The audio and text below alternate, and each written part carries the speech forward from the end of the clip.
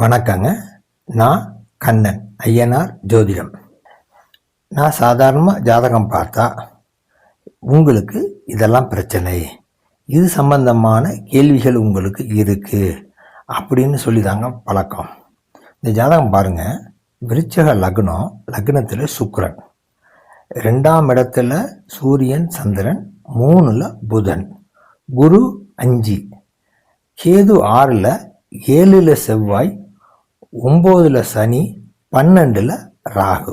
இந்த ஜாதகருக்கு இப்போ நடக்கிறது குரு திசையில் குரு புத்தி. குரு 5ல் இருக்கார். இப்போ ஒரு ஜோதிட விதி இருக்கு. குரு தான் நின்ற இடத்திற்கு நல்லது செய்ய மாட்டார் அப்படின்னு ஒரு விதி இருக்கு. அந்த விதிப்படி குருன்னா குழந்தைகளா, 5ஆம் இடமும் குழந்தைகளா, அப்போ இவருக்கும் இவர் குழந்தைகளுக்கும் ஒரு மனசாபம் இருக்கும்.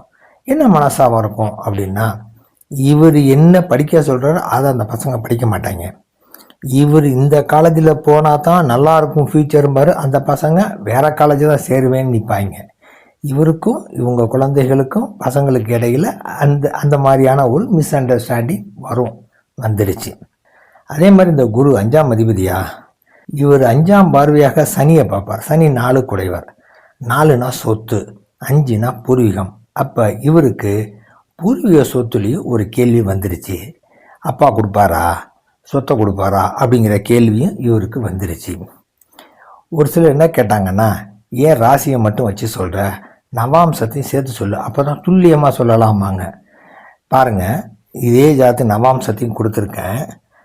நவாம்சத்தில் லக்னம் சிம்மம், குரு 5 குடையவர், குரு நின்ற இடம் 6, 5னா பசங்களா, 6னா மனசாபங்களா, அப்போ இவர் பசங்களுக்கு இவருக்கு இடையில மனசாபம் வந்திருக்கும் அப்படிங்கிறது சொல்லலாம். அதே மாதிரி பாருங்கள், சிம்ம லக்னத்துக்கு 4ஆம் அதிபதி செவ்வாய் இந்த தசை நடத்தும் குருவுக்கு அஷ்டமத்தில்.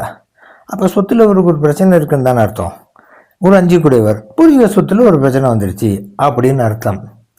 இப்படி தாங்க, நீங்கள் நவாம்சத்தை பார்த்தாலும் சரி, ராசியை பார்த்தாலும் சரி, பலன் ஒன்றாகத்தான் வரும். அழகாக தெளிவாக வந்தவங்கள்ட்ட உங்களுக்கு இதுதாங்க பிரச்சனைன்னு சொல்லலாம். நல்லதுங்க.